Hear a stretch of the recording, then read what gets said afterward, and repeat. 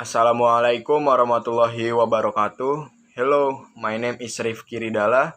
My student ID number is G1D020001. I will talk about the race for a here and now COVID-19 test. Let's go. Enjoy my video.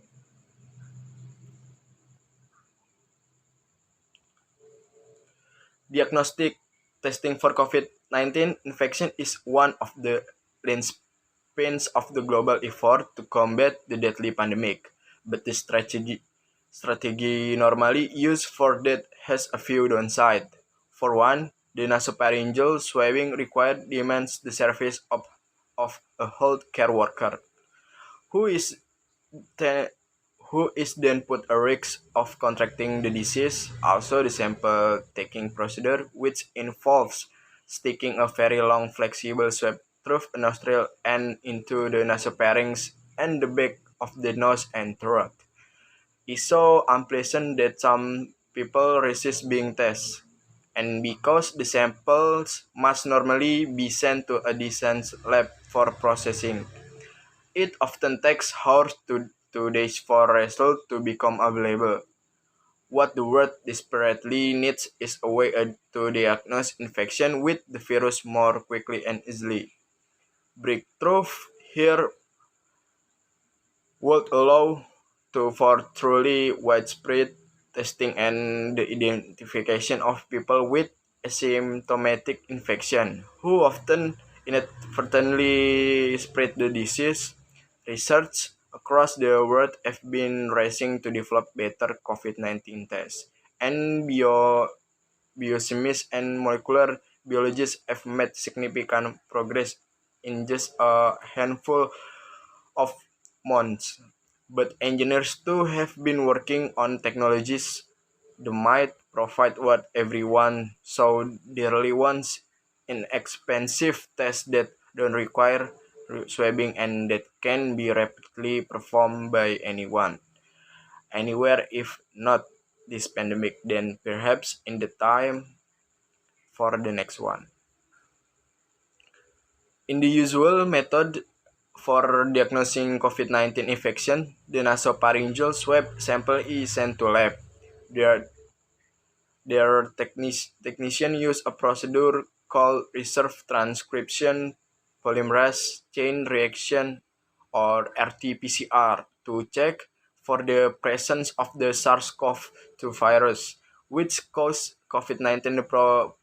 Processing requires first converting a characteristic segment of viral RNA into DNA and then amplifying that DNA through sequence of biochemical tricks and heating and cooling cycles. The presence or absence of large quantities of amplified DNA reveals whether the virus was present in the original sample, but there are faster ways to test for infections. Perhaps the best known example for rapid test for this coronavirus, at least in the United States, is one being used, the White House COVID-19 testing system from Abbott Laboratories, which received emergency use authorization from the U.S. Food and Drug Administration in March.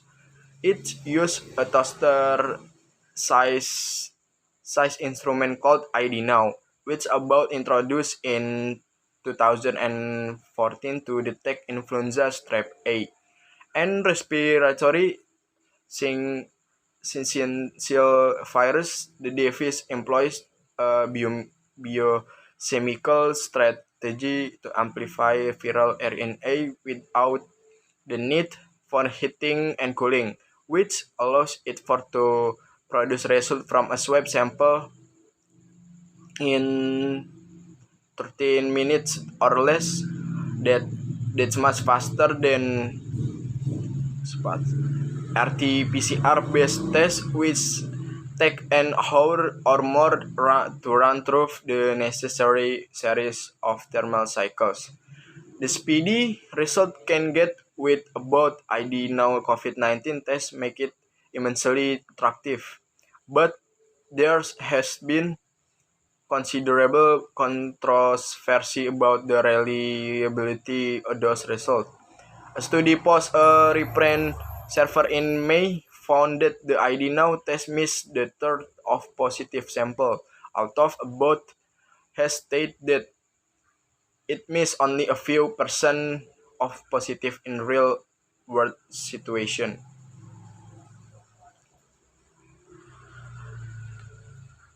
Other companies have developed similarly compact system that can detect the presence of genetic material specific to SARS-CoV-2 virus on site. In August, the UK government announced that it would be rolling out equipment developed by two companies, DNA Nuge and Oxford Nanopore Technologies, to labs, hospitals, and nursing homes. Both both machines can be operated by someone who's not trained health professional, and both companies test take under 90 minutes to produce result.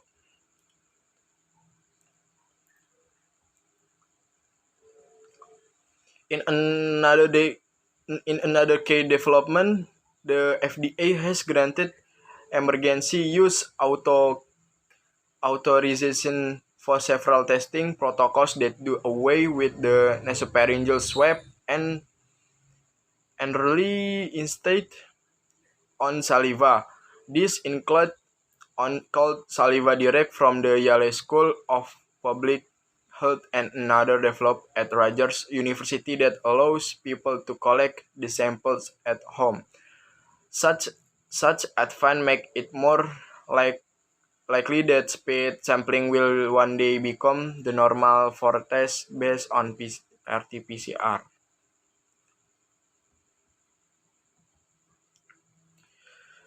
It may prove impossible to to create a system that amplifies genetic material on the virus rapidly with inexpensive portable equipment and with sufficient sensitivity to detect the virus in saliva.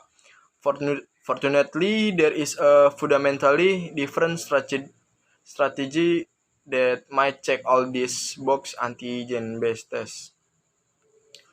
Antigen-based tests don't look for genetic material specific to virus.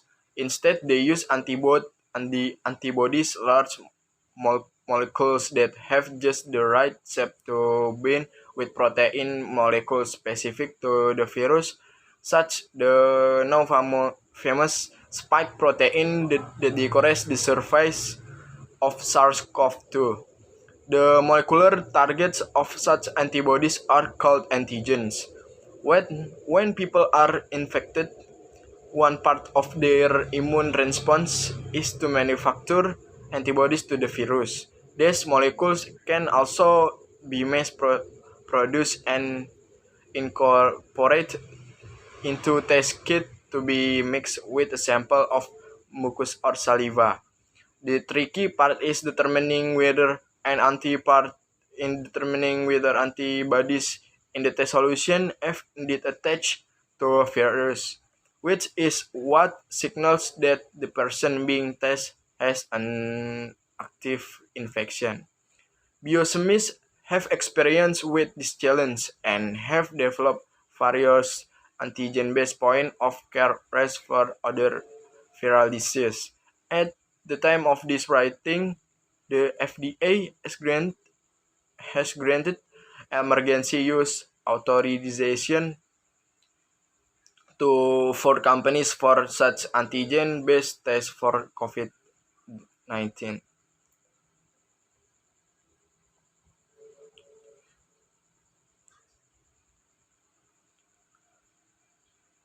On the one of these developed by Beckton Dincation and Co. takes advantage of the company already deployed Veritor handled instrument and provide result in just 15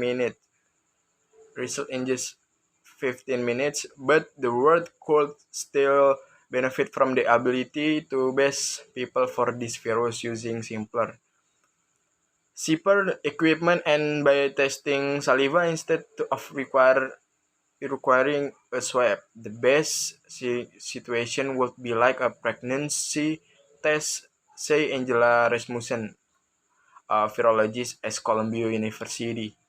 Spit on a stick or into a collection tube and have a clear result 5 minutes later. On 26 August, Abbott Laboratories obtained emergency use authorization from the FDA for tests that is approaching that ideal, which it calls the Binax now AG card. Unlike this company earlier rapid testing system, this one requires rapid testing system, no desktop analyzer. The antigen-based test is performed on card that's about the size of a credit card. A nasal swab is inserted into the card, a region added, and 15 minutes later the technician reads the result. The only relevant device here is smartphone. That's because Abbott this also developed a companion phone app which it called Navica. People who install the app can present their phones to technician who will then enter the result of their test through the Navica app on his or her own phone. Those who test negative will soon have timestamp QR code on their phones they attest to. The threshold enabling schools and workplaces to check people's status using the app's verification feature, the availability the about Binax Now AG card, which the company expect to ship soon in large quantities for a cost of only $5 per test, portends a new phase of the pandemic, one in which it's become much more straightforward to identify people infected with the COVID-19 virus. Going forward, we still require a test that is equally fast and inexpensive, but that could work with saliva, so that everyone anywhere could determine whether they have been infected. Here's